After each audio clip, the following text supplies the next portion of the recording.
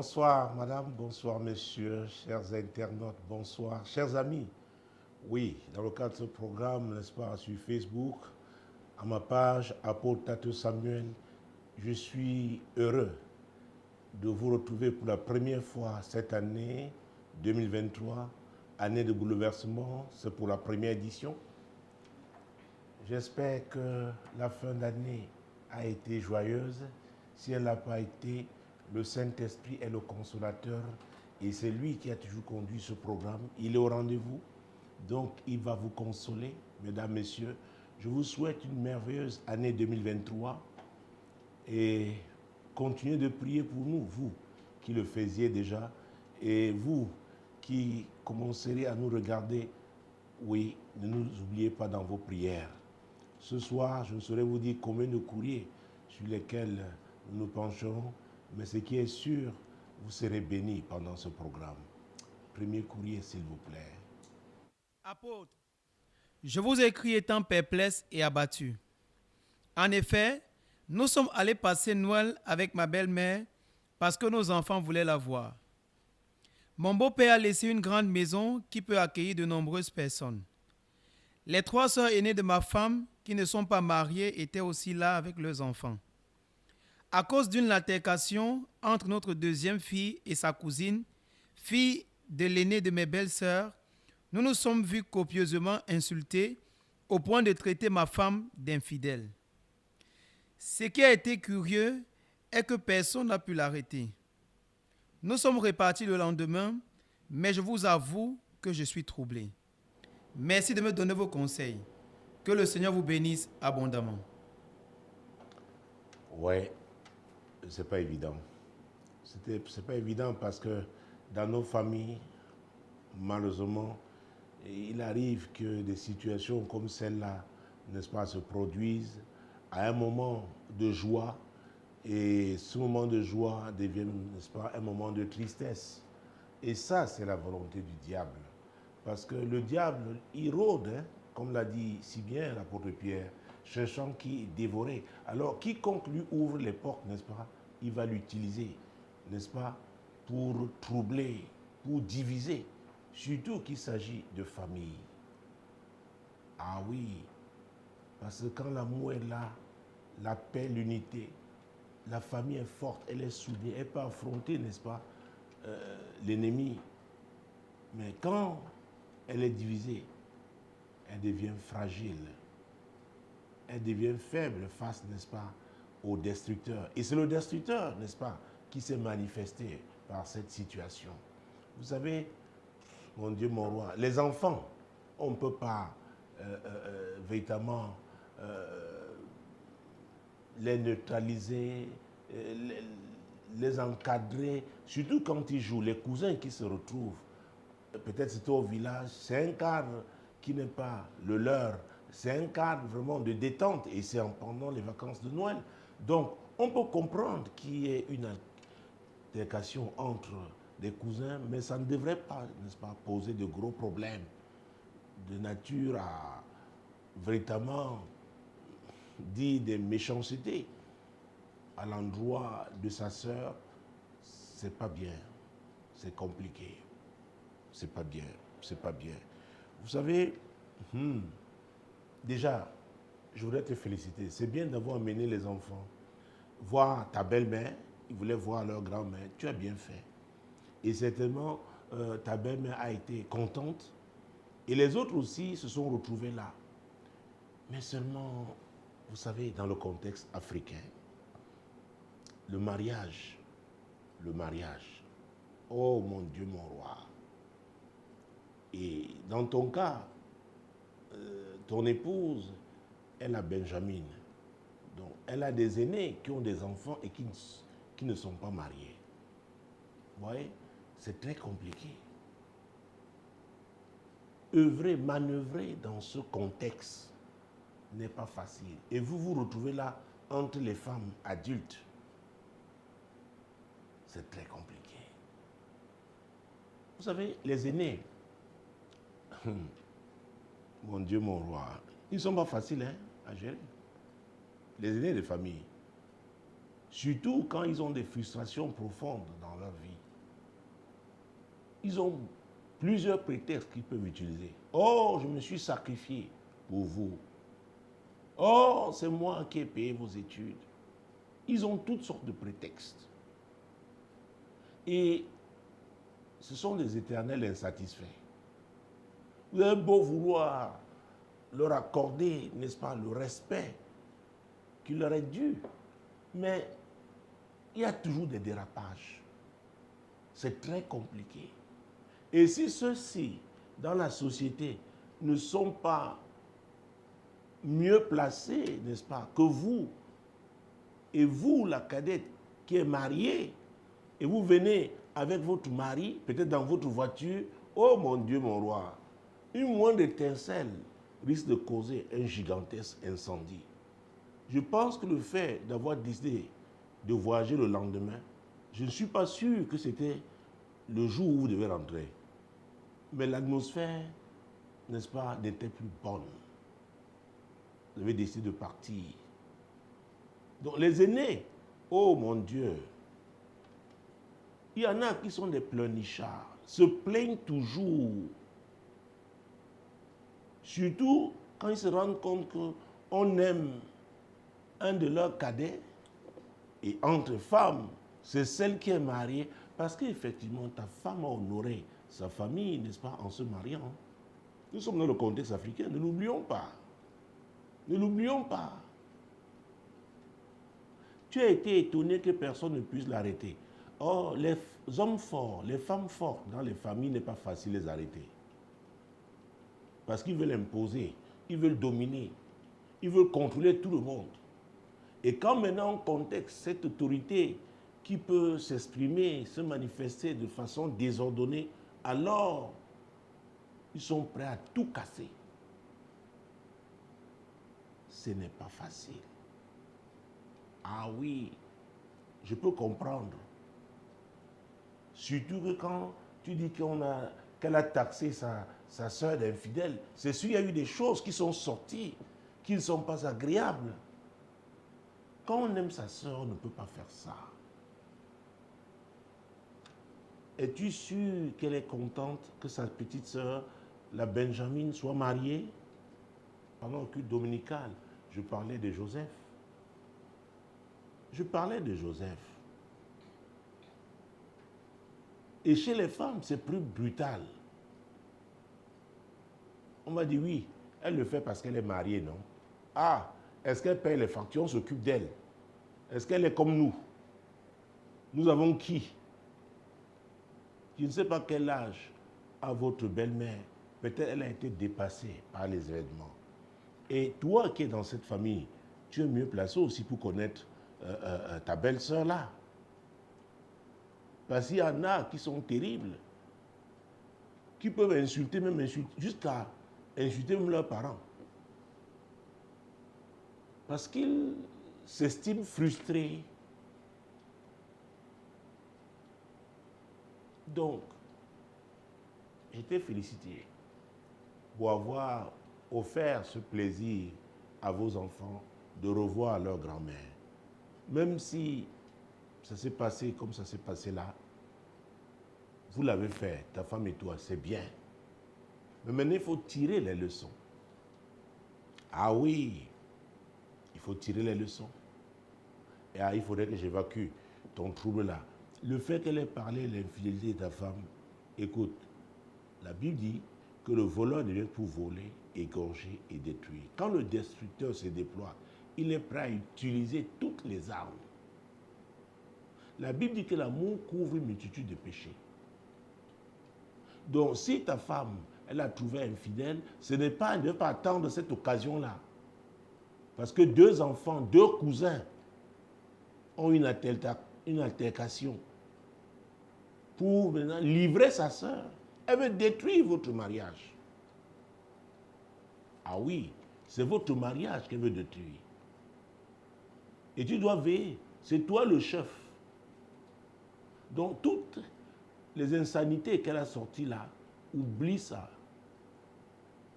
Heureusement que c'était l'année dernière. Donc, ça doit, leurs places sont dans la poubelle. de l'année dernière, l'année 2022. Oublie ça. À défaut de détruire votre mariage, elle veut fragiliser votre mariage. Elle veut te pousser à douter de l'amour que ta femme, n'est-ce pas, pour toi. Ce serait tomber dans son piège. Ne le fais pas, cher ami. Ne le fais pas. Ne le fais pas. Je parlais de Joseph. Hier, nous avons lu quelques versets, n'est-ce pas, dans Genèse, chapitre 37.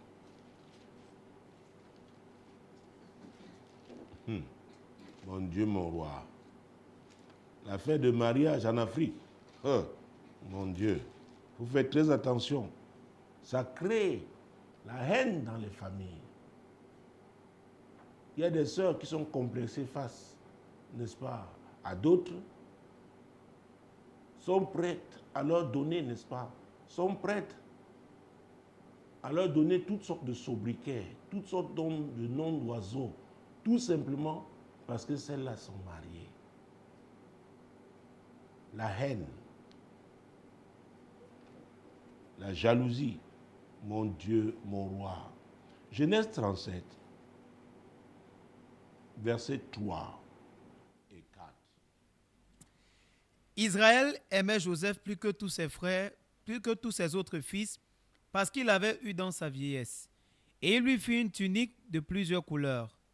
Ses frères virent que leur père l'aimait plus que eux tous, et ils le prirent en haine. Ils ne pouvaient lui parler avec amitié.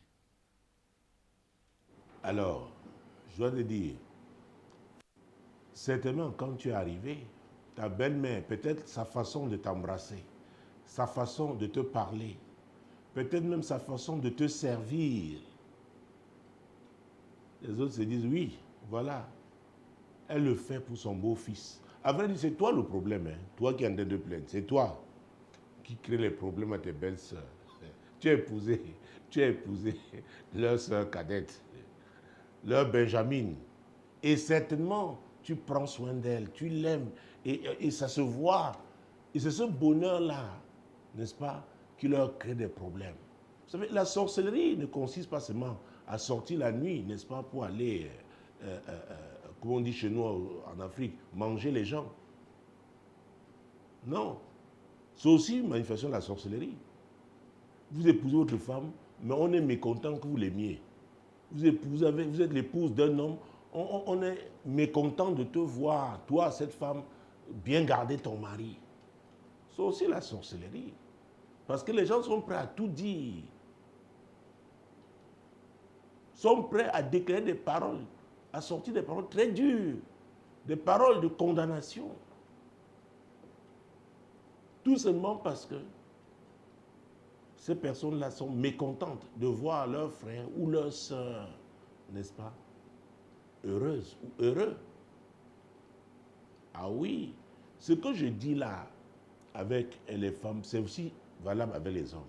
Si vous êtes le seul homme marié dans une famille, vous avez des frères qui ne sont pas mariés, et de surcroît, s'ils sont vos aînés, quand ils arriveront, quand la mère va embrasser sa belle-fille, on va dire, ah, voilà. Mais c'est normal. Mettez-vous à la place de cette belle-mère. Aujourd'hui, elle est une veuve. À vrai dire, tu es son support. En Afrique, on parle même de chapeau. Est-ce que si elle a un problème, son beau-fils va se lever? Lequel beau-fils parcourt des kilomètres pour venir la voir, pour lui rendre visite? Vient avec ses beaux-fils, avec ses petits-fils, pardon. Quel honneur! C'est normal qu'elle soit heureuse. C'est normal qu'elle te traite, n'est-ce pas, particulièrement. C'est normal. C'est compliqué. Très compliqué, je vous assure. Oh mon Dieu! Alors, Israël aimait Joseph plus que tous ses autres fils. Nous venons de lire, n'est-ce pas? Il lui fit même une tunique de plusieurs couleurs. Il y a de belles-mères, c'est quand leur beau-fils arrive, elles-mêmes font la cuisine pour leur beau-fils. Je vous assure. Ah, on veut dire, ah, parce que nous ne sommes pas mariés. Nous sommes qui alors ici? Alors c'est comme ça qu'ils vont commencer à pleurnicher. Il y en a qui, elle appelle le beau-fils, viens t'asseoir ici à côté de moi. Parfois, elle lui parle à l'oreille. Parce qu'à vrai dire, surtout celle-là qui n'a plus de mari, elle voit son beau-fils et dit, oh mon Dieu, gloire à Dieu, tu m'as donné un beau-fils. Les autres sont là, elles murmurent, elles grincent les dents, elles font leur sorcellerie. C'est toi qui dois comprendre. Et c'est toi qui dois protéger ta famille et protéger ta belle-mère. Ah oui. Tu es son seul beau-fils. Tu es son seul beau-fils. Et je ne veux pas parler peut-être des cadeaux que vous avez apportés, que vos enfants, eux qui voulaient voir leur belle-mère. Alors, imaginez-vous alors que les autres là, le genre de ceux-là, mon Dieu, mon roi, parfois ce n'est pas avec un seul père même. Elles ont des enfants. Donc, elles sont dans le désordre. Donc elles viennent là, elles ne tolèrent pas l'ordre, parce que l'ordre divin c'est ça. L'homme quittera son père et sa mère et s'attachera à sa femme. Et les deux deviendront une seule chair. Donc ta belle-mère comme ta mère aujourd'hui. Vous formez une seule famille. Donc l'amour, et c'est sûr que, n'est-ce pas, la considération que tu as pour ta belle-mère, tout ça, ça gêne. Ça gêne des gens qui ne craignent pas Dieu. Ça gêne des gens, des personnes méchantes. Parce que tout ce qui se passe là est normal.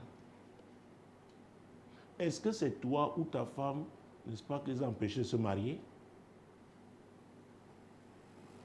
Écoutez, il y a des belles familles, hein. On donne un terrain au beau-fils. Il y a eu des comme ça a créé des problèmes. Oui, parce qu'elle est mariée, nous ne sommes pas. Vous avez dû donner un terrain à son mari. Mais, hey, un beau-fils, on le respecte. On a la considération pour lui.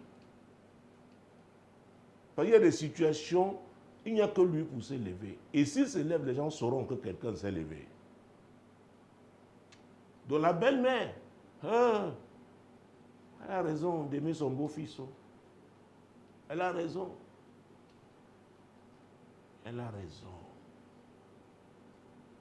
Peut-être tu es le Joseph que Dieu a envoyé à cette maman.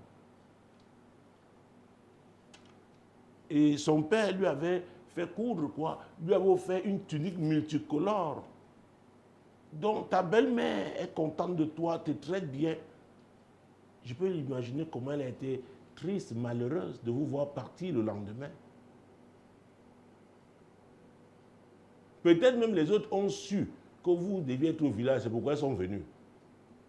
Quand je parle de sorcellerie, elles sont terribles, ce genre de femmes. Ah oui.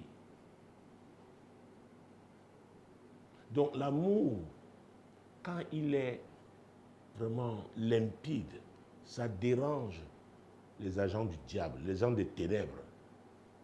Et tes belles-sœurs-là appartiennent à ce camp-là. Est-ce que ça doit vous empêcher de continuer à manifester l'amour? Non. Personne ne doit vous empêcher d'être heureux. Ah, c'est très important, chers amis, sur Facebook, dans le cadre de ce programme. Écoutez-moi très bien. Que les gens ne vous influencent pas, ne vous amènent pas, n'est-ce pas? N'influent pas sur votre vie de manière à ce que vous cessiez d'être heureux, vous cessiez de vivre votre bonheur parce qu'il y a des gens mécontents en face. Non. Respectez les gens, mais soyez vous-même. Appréciez ce que Dieu vous a donné. Maintenant, s'il y a des gens qui sont fâchés, nous, à l'époque, au quartier, on disait, va te mettre sur les rails. Ou alors, va cogner ta tête au mur. C'est Dieu qui donne. Hein. Il faut savoir apprécier. Il y en a qui ne sont pas mariés, pas parce qu'il n'y a pas eu d'opportunité, mais n'ont pas su saisir leur opportunité. Mais après, au lieu de se tourner vers Dieu pour demander pardon, en veulent aux autres. En veulent aux autres. Donc, voilà Joseph. Et la haine là n'a pas arrêté Dieu. Nous avons vraiment, Joseph a eu des songes que Dieu, c'est Dieu qui donnait ces songes. Ah oui. Donc, si vous faites correctement les choses, Dieu ne s'arrêtera pas. Il va continuer de vous bénir, quelle que soit l'opposition qui sera en face. Parce qu'il est Dieu. Il ne consulte pas un être humain pour bénir un autre. Il est souverain. Joseph a eu un premier songe. Il l'a raconté à ses frères. Ses frères le haïrent encore davantage. C'est ce que la Bible dit au verset 5. Et la Bible continue, mon Dieu, mon roi, Jésus-Christ de Nazareth. Au verset 9, il a eu un autre songe.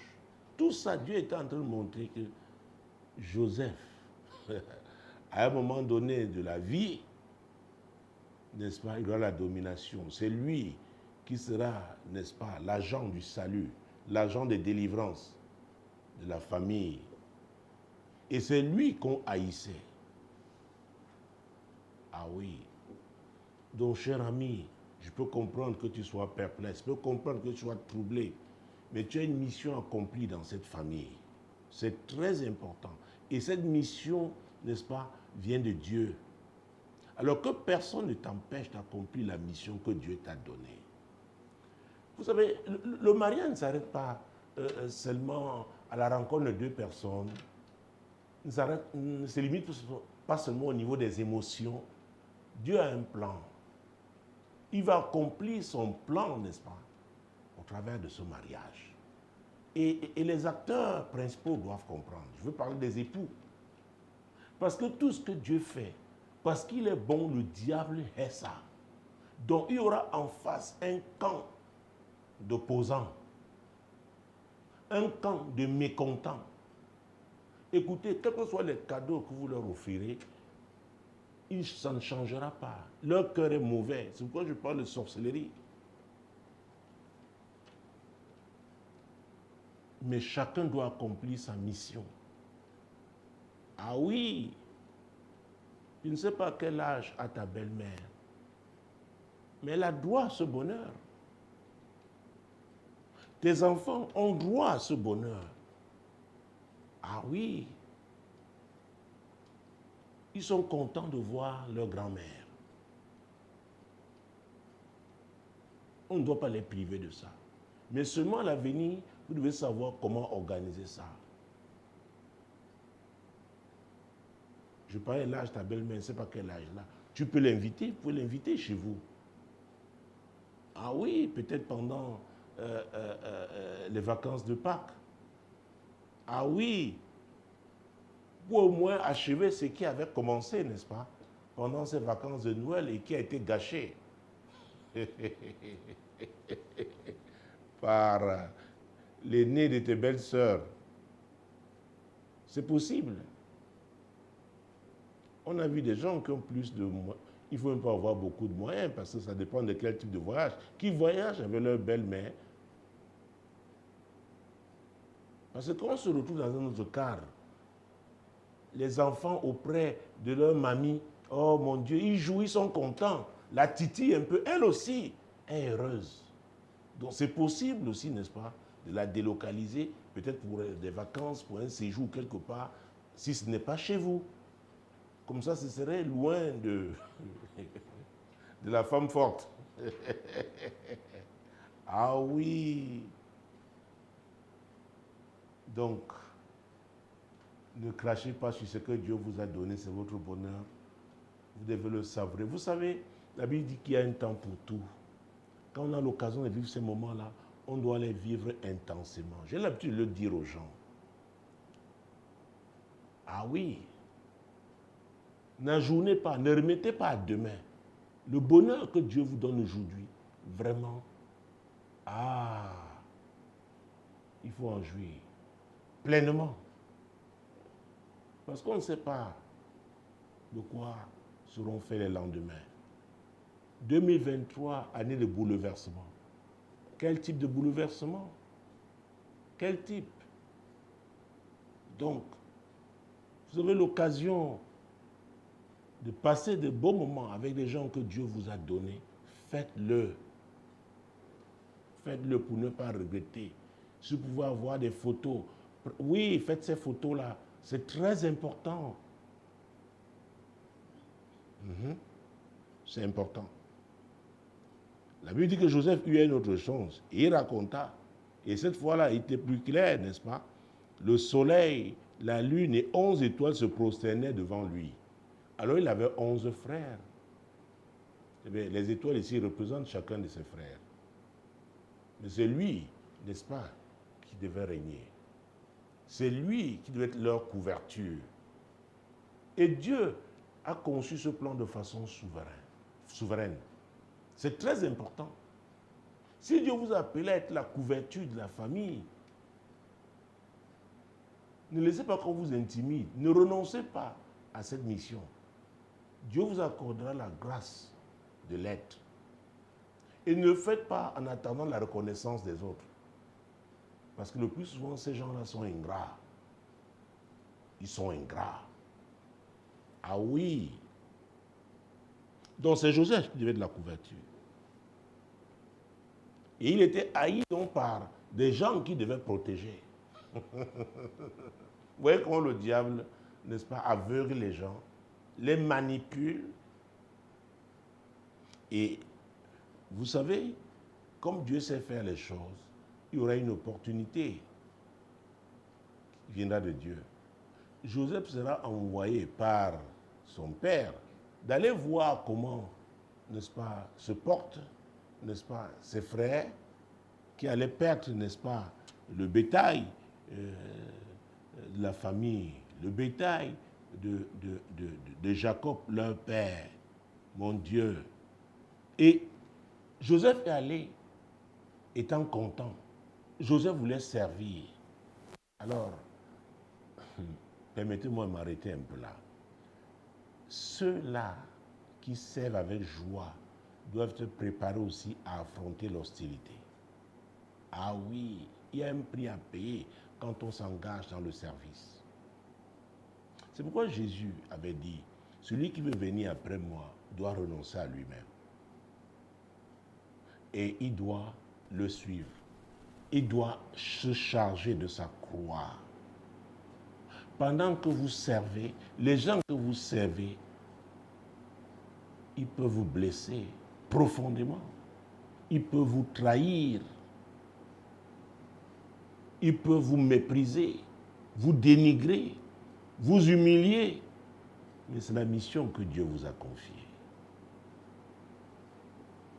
Ils peuvent vous traiter avec violence. Vous savez, la violence n'est pas seulement quand il y a un échange de coups de poing. Il y a la violence verbale. C'est pourquoi je peux m'imaginer ce qui s'est passé. Tout ce que ta belle-sœur a dit. Les paroles sont blessantes. Ah oui. Dans le livre de Jérémie, n'est-ce pas, il est dit que ses ennemis disaient, venons, tuons-le avec quoi? Avec la langue. Donc on peut détruire quelqu'un en prononçant des paroles méchantes à son endroit. Mais tu sais, cher ami, c'était une expérience. C'est une expérience que vous avez connue. Et si que vous avez vécu, et si vous confiez cette situation à Dieu, ça va renforcer votre amour. Et le diable ne se lève pas comme ça si effectivement il n'y a pas quelque chose de fort, quelque chose de grandiose que Dieu veut faire. Avec vous, ta femme et toi. Et c'est cette chose-là, c'est ce projet-là divin que le diable combat. Il a trouvé son agent, ta belle-sœur. Au lieu d'être troublé, j'espère que cette première édition de l'heure de solution pour cette année 2023 te permettra de comprendre et de rendre grâce à Dieu parce que c'est sa volonté en Jésus-Christ que nous lui rendions grâce en toutes choses. C'est ce qu'il dit, c'est dans Thessaloniciens. Ah oui, c'est très en toutes choses, au pluriel. Mon Dieu, mon roi. Vous savez, les gens me disent, oh, on m'a blessé, oh, mauvais. Qui n'a pas été blessé? Mon Dieu, mon roi. Vous savez, les gens, ils vous blessent. C'est le diable. Ils se laissent manipuler par le diable. Ils vous blessent. Et tout ce qu'ils font là, c'est pour essayer, n'est-ce pas, de vous arrêter. C'est pour essayer de vous arrêter. Dieu dit de rendre grâce en toutes choses. Parce que c'est ça la volonté de Dieu. Je pense que tu as trouvé ce passage. Voilà, il faut le lire. C'est 1 Thessaloniciens chapitre 5, Verset 18. verset 18. Oui. Rendez grâce en toutes choses, car c'est à votre égard la volonté de Dieu en Jésus-Christ. Jésus-Christ qui est le médiateur. Jésus-Christ qui est l'intercesseur. Ce qui est arrivé là ne surprend pas Dieu. Mais c'est ton attitude, c'est ta réaction. Dieu attend de voir comment tu vas réagir. Vas-tu réagir comme un homme ou vas-tu réagir comme un enfant? Un enfant, mon Dieu, ce n'est pas une affaire d'âge, hein? Parce qu'il y a des enfants qui sont matures.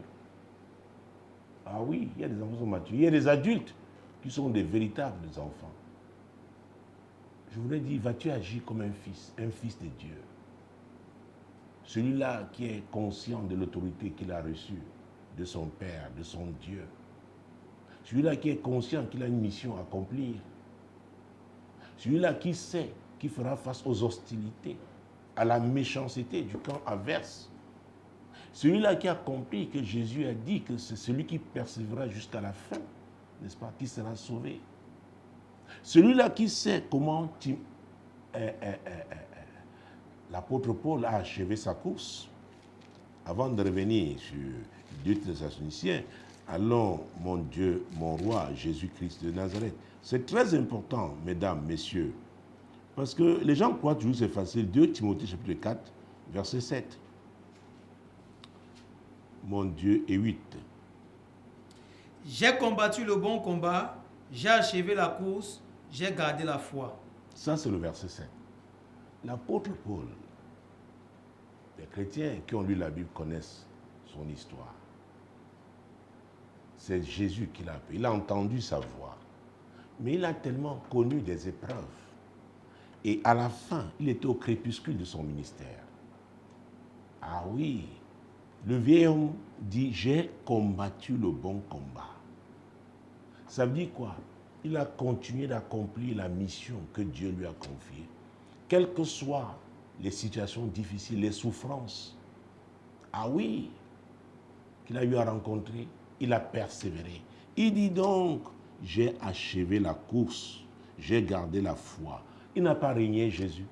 Il a utilisé les principes du Seigneur. Il s'est conformé à la parole. Il s'est appuyé toujours sur Dieu. Il lui a totalement fait confiance. C'est très important. Ah oui. Cher ami, tu ne sais pas ce que Dieu peut faire dans ta belle famille à partir de cet incident, de ce qui s'est passé là.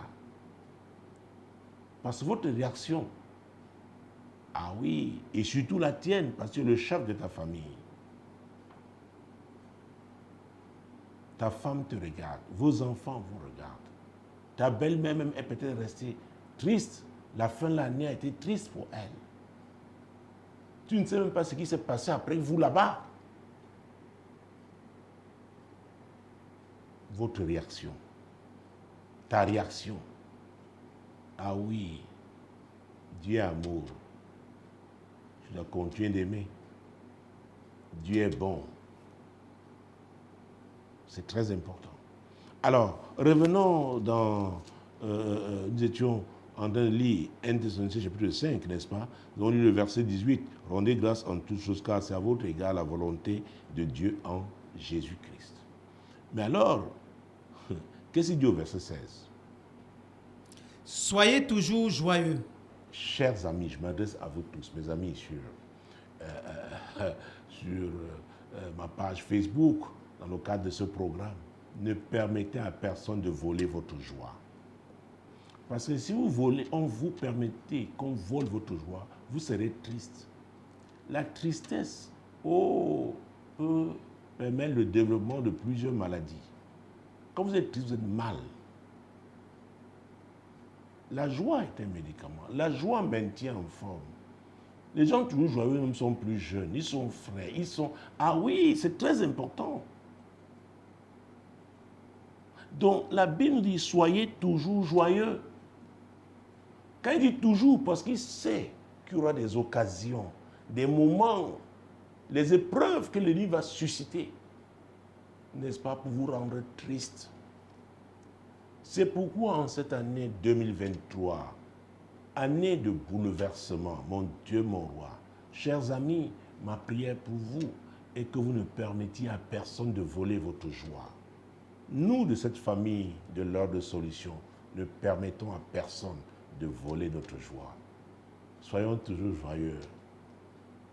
Ah oui, et préparons chaque édition de ce programme dans la prière.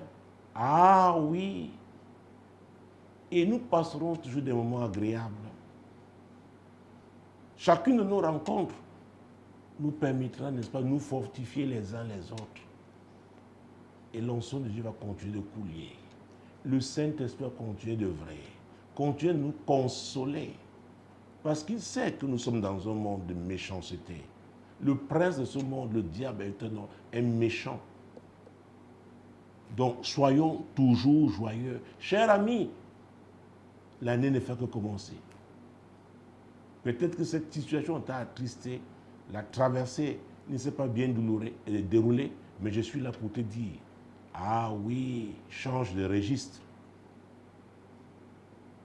Prenez la décision de pardonner, le Seigneur vous aidera à le faire. Et le Saint-Esprit, il est non seulement le consolateur, mais aussi l'esprit de joie. Et le verset 17 dit, priez sans cesse. Priez sans cesse. Vous savez, le jeudi, j'ai un autre programme, n'est-ce pas, cette fois-là, aussi bien sur nos plateformes, sur Internet, que sur Radio Solution, Solution TV, ça passe en direct. Ce programme s'appelle l'heure de prière et d'intercession. Je dois vous dire, et je m'adresse à toi et à ton épouse, j'espère que vous me suivez en ce moment. Priez sans cesse. Priez même. Oui, elle pour ses soeurs, toi pour tes belles-sœurs. Accordez-vous, priez pour elles. Vous savez, il y a plusieurs types de prisons.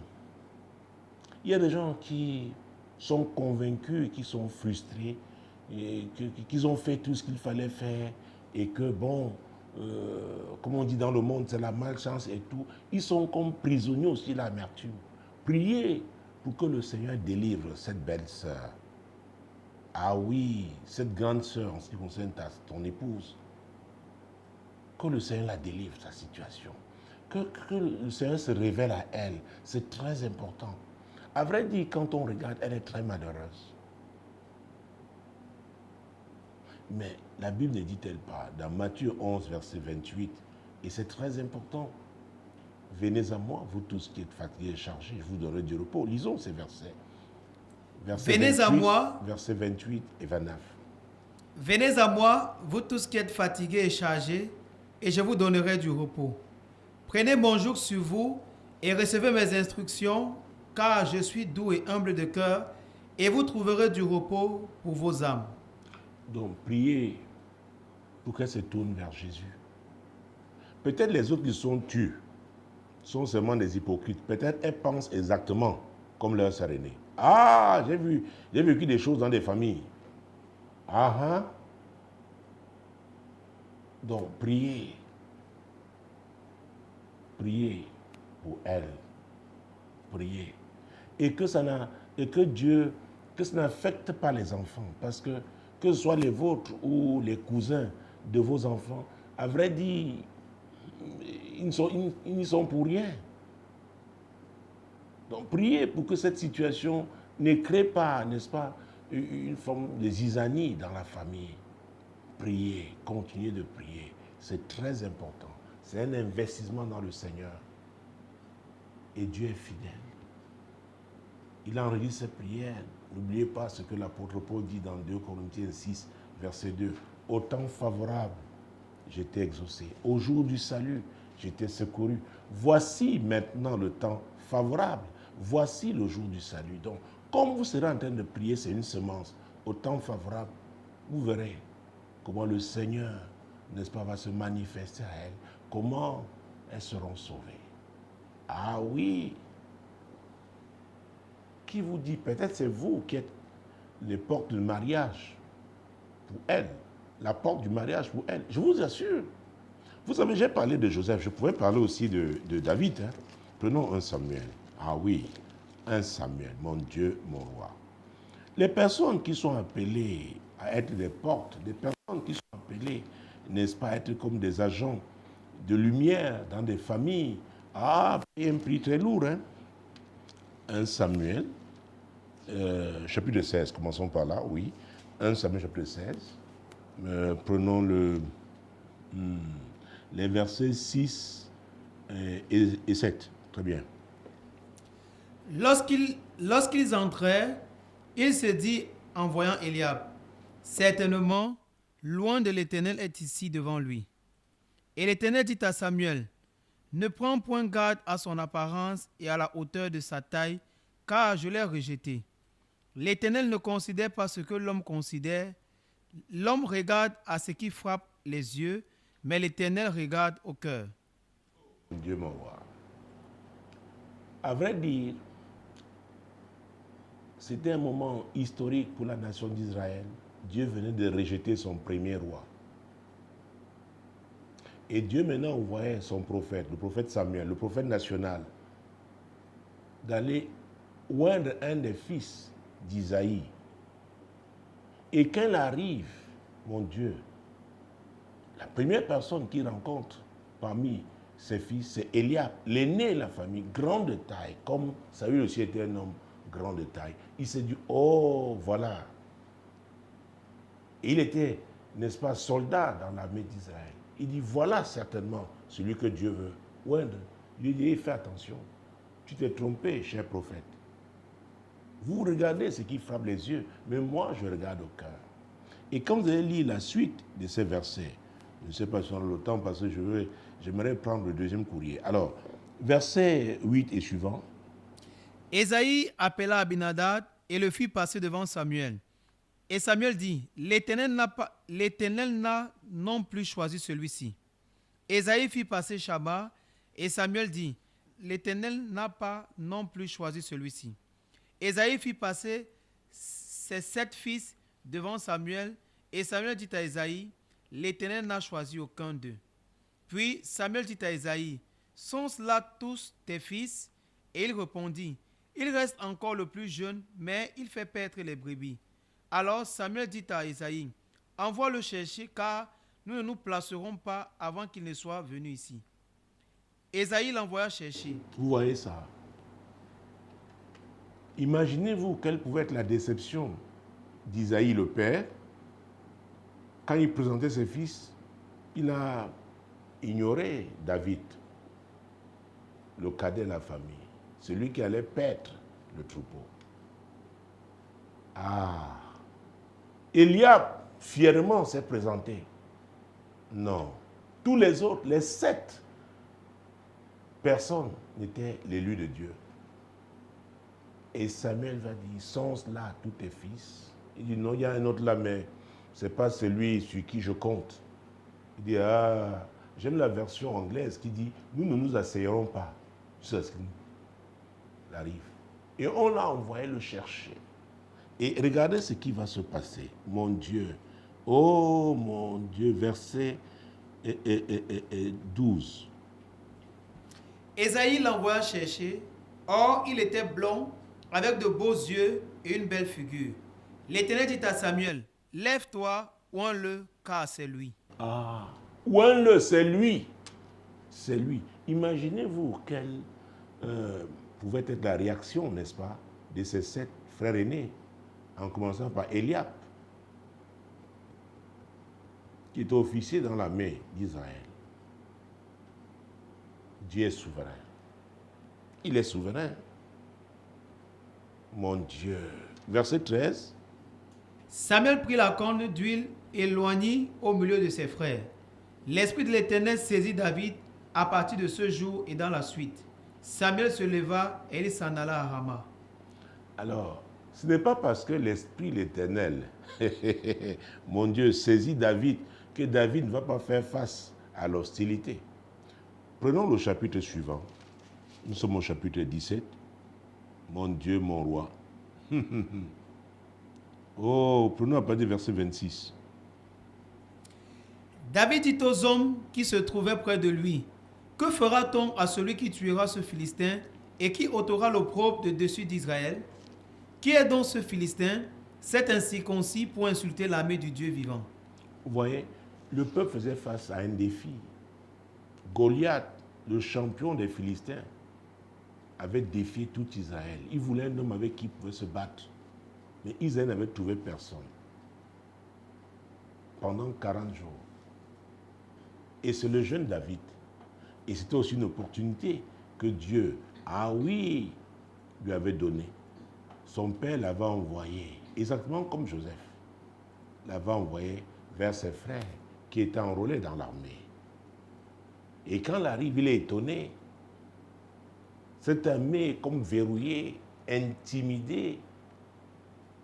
Il veut savoir ce qui se passe.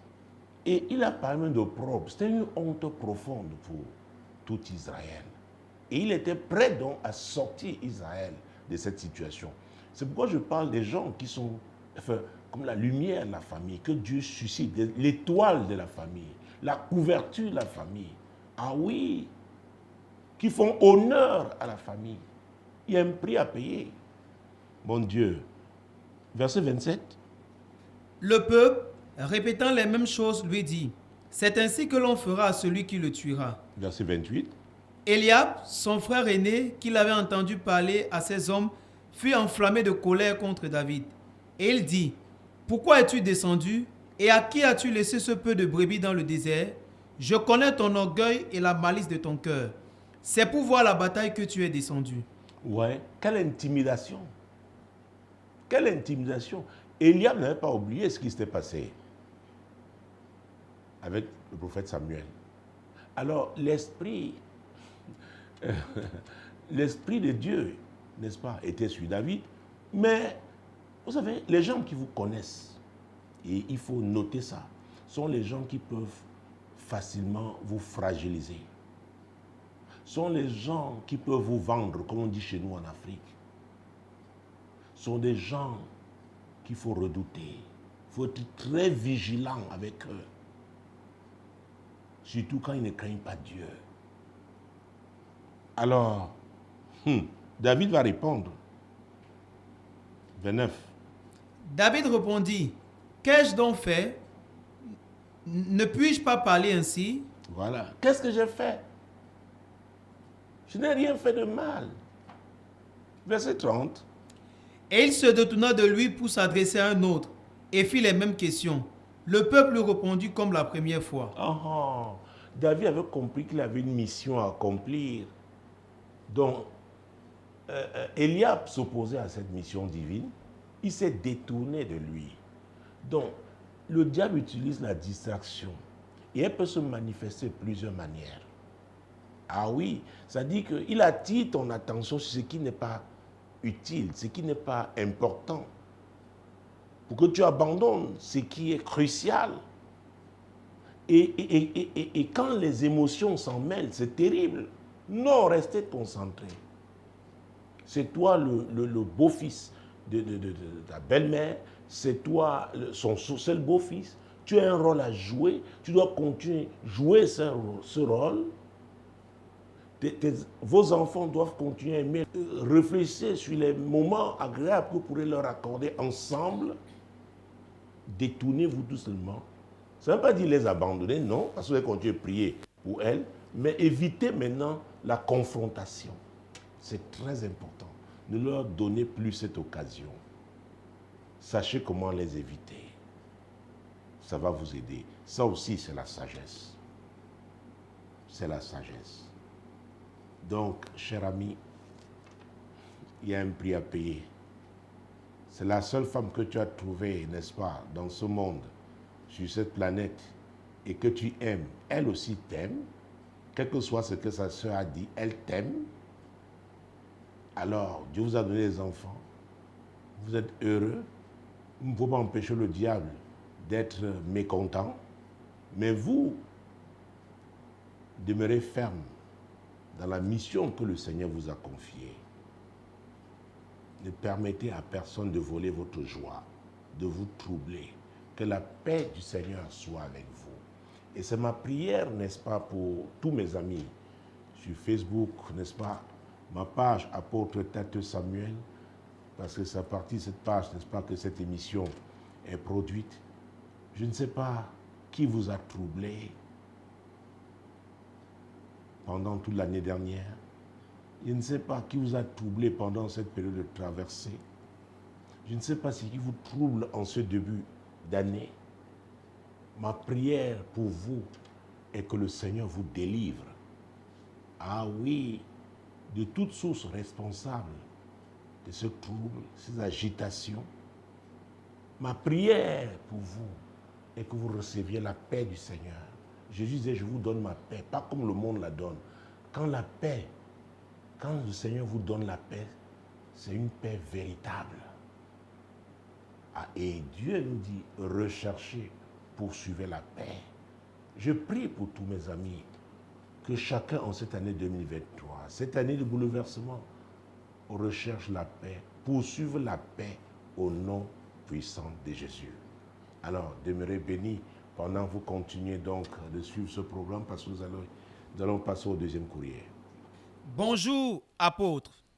Je suis préoccupé par la décision que veut prendre mon époux.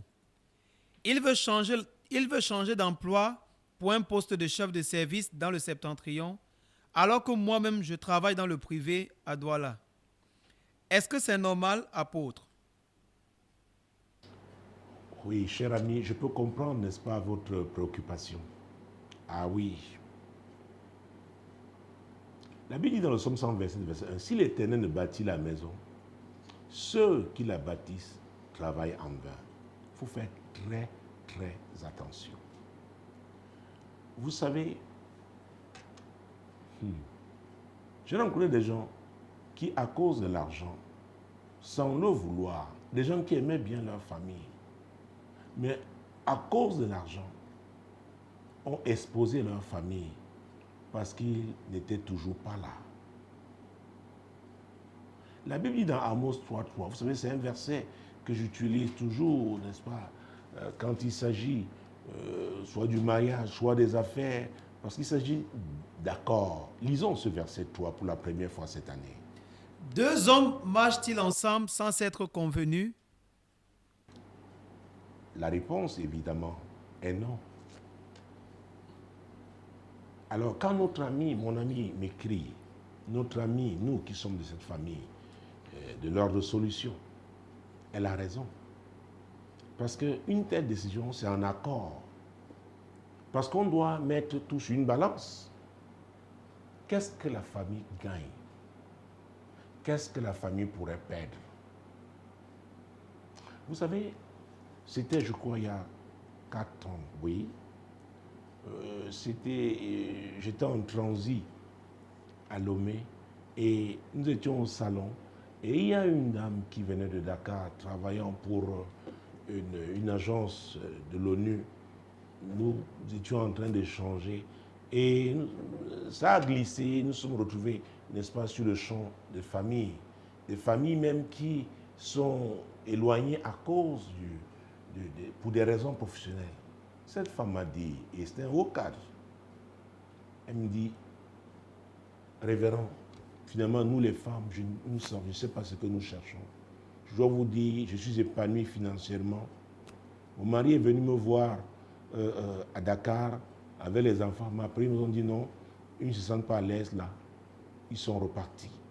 Aujourd'hui, je vous avoue, cher révérend, je chancelle. Je ne sais pas si vraiment je suis heureuse. Je gagne beaucoup d'argent, mais j'ai un grand vide dans ma vie. Je regardais cette femme. Ah oui, elle réalisait le prix qu'elle payait. Mais en retour, qu'est-ce qu'elle devait recevoir? Oh mon Dieu, mon roi. Ce sont des décisions, n'est-ce pas, très importantes. On ne doit pas les prendre à la légère. Cher ami, je voudrais te demander, si tu avais été devant moi, est-ce que vous êtes heureux dans votre mariage? Parce que j'ai aussi vu des gens qui acceptent des affectations, parfois les cherchent même, pour s'éloigner de l'autre parce que ça ne va pas dans le mariage. On a même vu des gens qui vivent dans la même maison, étant de la même ville bien sûr, qui restent au bureau jusqu'à des heures indues parce qu'ils fuient, n'est-ce pas, les problèmes à la maison. Donc si vous êtes heureux, alors vous devez bien, vous devez vous accorder pour prendre cette décision. Parce qu'elle nous dit qu'elle est à Douala, donc c'est au Cameroun. Quand elle parle du septentrion, c'est la région du nord du Cameroun, constituée de trois, c'est le grand nord du Cameroun, constitué de trois régions, la Damawa, le nord et l'extrême nord. Donc, si effectivement il faut redescendre à Douala voir sa famille, si c'est le train, ça partit à Ngaoundéré.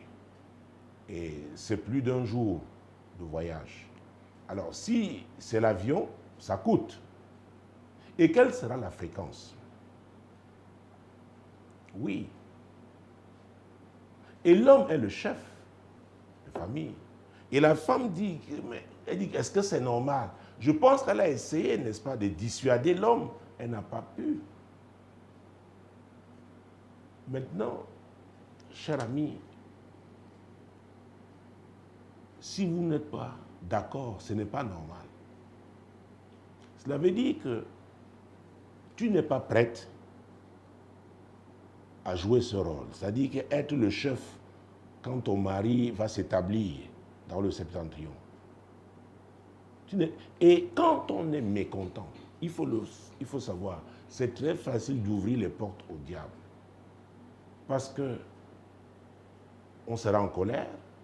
Et vous connaissez ce passage d'Éphésiens chapitre 4, versets 26 et 27. Si vous mettez en colère, ne péchez point. Et que le soleil ne se couche pas sur votre colère. Le verset 27 dit, et ne donnez pas accès au diable.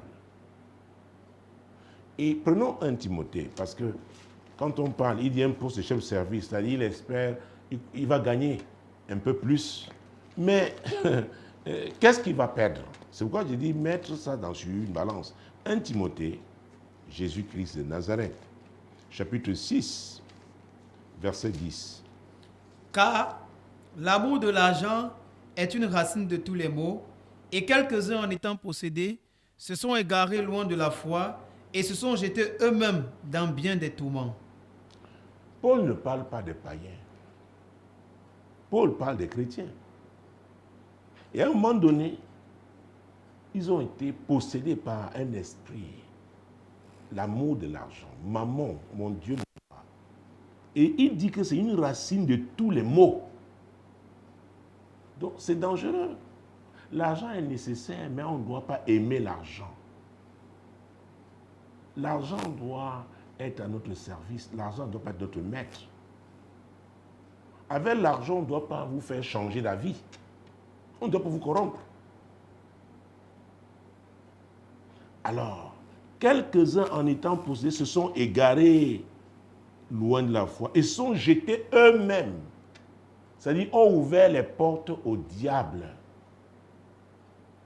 Ont ouvert les portes au diable. Donc, cette femme qui elle-même travaille dans le privé, quand elle dit dans le privé, c'est-à-dire qu'elle ne peut pas se faire affecter dans le nord. Parce que si tous étaient des fonctionnaires, c'est possible. C'est possible de se faire affecter, de rejoindre son mari dans le cadre professionnel là-bas. Donc, c'est compliqué. Elle voit le danger. Donc, nous parlons, je venais parler d'intercession. Voilà un sujet pour lequel nous devons prier. C'est très important. Je ne sais pas si c'est parce que, mon Dieu, si on ouvre cette rubrique ici, on risque d'être inondé pour pouvoir prier pour les problèmes de la famille. Voilà un des membres de notre famille qui a un problème. Le mari va aller au nord pour un poste de chef de service. Elle-même travaille dans le privé.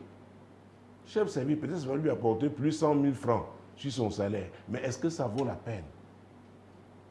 Est-ce que ça vaut la peine? Par rapport à la stabilité familiale, est-ce que ça vaut la peine? Ah, mon Dieu, mon roi. Vous savez, l'année dernière, nous avons lu plusieurs fois ces versets du chapitre 8 de Proverbes. Proverbes 8, versets 11 et 12. Mon Dieu, mon roi. Car la sagesse vaut mieux que les perles, elle a plus de valeur que tous les objets de prix. Moi, la sagesse, j'ai pour demeure le discernement et je possède la science de la réflexion. Ah ah. La demeure, la sagesse, c'est le discernement. Vous savez, quand Salomon a commencé à prier, il a demandé à Dieu, il voulait savoir comment se conduire. Oui, diriger tout Israël. Parce qu'il était devenu le roi de cette grande nation. Alors, cet homme, le mari de notre ami qui nous a écrit, est le chef de sa famille. Il doit savoir comment conduire sa famille. Il faut la sagesse pour cela. Et toujours dans Proverbe, cette fois-ci au chapitre 4. Mon Dieu, mon roi. Au chapitre 4, prenons tout simplement les versets 7 à 9. Voici le commencement de la sagesse. Acquiert la sagesse et avec tout ce que tu possèdes, acquiert l'intelligence. Exalte-la et elle t'élèvera. Elle fera de ta gloire si tu l'embrasses.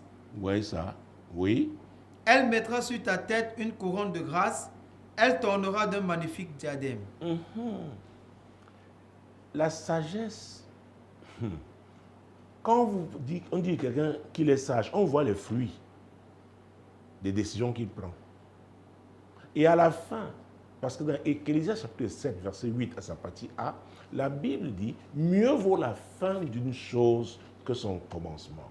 Il y a des gens qui ont gagné beaucoup d'argent, mais ont exposé leur famille. Et au finish, c'était la ruine. Est-ce que ça doit être votre cas? J'ai dit non. J'ai dit non. Donc moi, j'ai dit, ce n'est pas normal si vous n'êtes pas accordé. Et le seul fait de ne pas s'accorder, vous ouvrez les portes au diable. Ah oui, prions pour notre soeur, notre amie, n'est-ce pas, qui se trouve face à ce problème.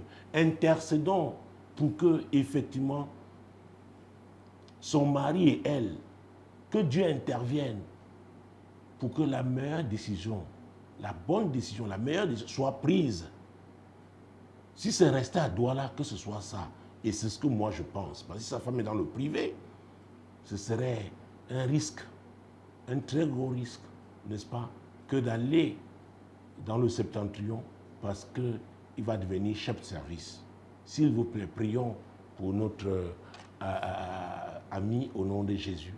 Seigneur, nous prions pour cet ami qui nous a écrit. Voilà la décision que son mari veut prendre. Seigneur, allez s'établir dans le septentrion, professionnellement parlant, parce qu'on lui a proposé un poste de service. Elle-même travaille dans le privé. Donc, ce n'est pas facile, peut-être impossible, peut-être il n'y a plus une représentation même de leur société, là-bas, dans le Nord. Seigneur, tu es Dieu. Interviens dans ce cas.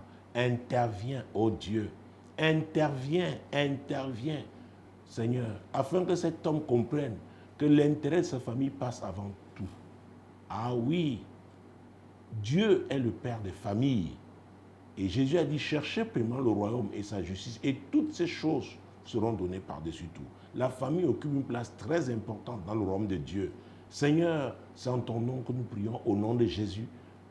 Saisis cet homme, rattrape-le, mon Dieu, mon roi, et que sa famille soit préservée au nom puissant de Jésus. Chers amis, je dois avouer que mon bonheur est immense de vous avoir retrouvé dans le cadre de ce programme pour cette première édition. Je vous exhorte à prier pour nous, prier pour ce programme, parce que Dieu fait des grandes choses, touche les vies, transforme les vies. N'oubliez pas, n'est-ce pas, pour ceux des vôtres qui ne le savent pas, il est possible, à partir du téléphone, n'est-ce pas, en téléchargeant l'application Samuel Tate Ministries, n'est-ce pas, via Play Store pour les téléphones Android ou App Store pour les iOS, n'est-ce pas, d'être en direct tous les lundis lorsqu'il est 21h et de suivre tous les programmes de Radio Solution, Solution TV, quel que soit le lieu où vous vous trouvez dans le monde. Demeurez bénis. Merveilleuse année 2023. Au nom de Jésus. Amen.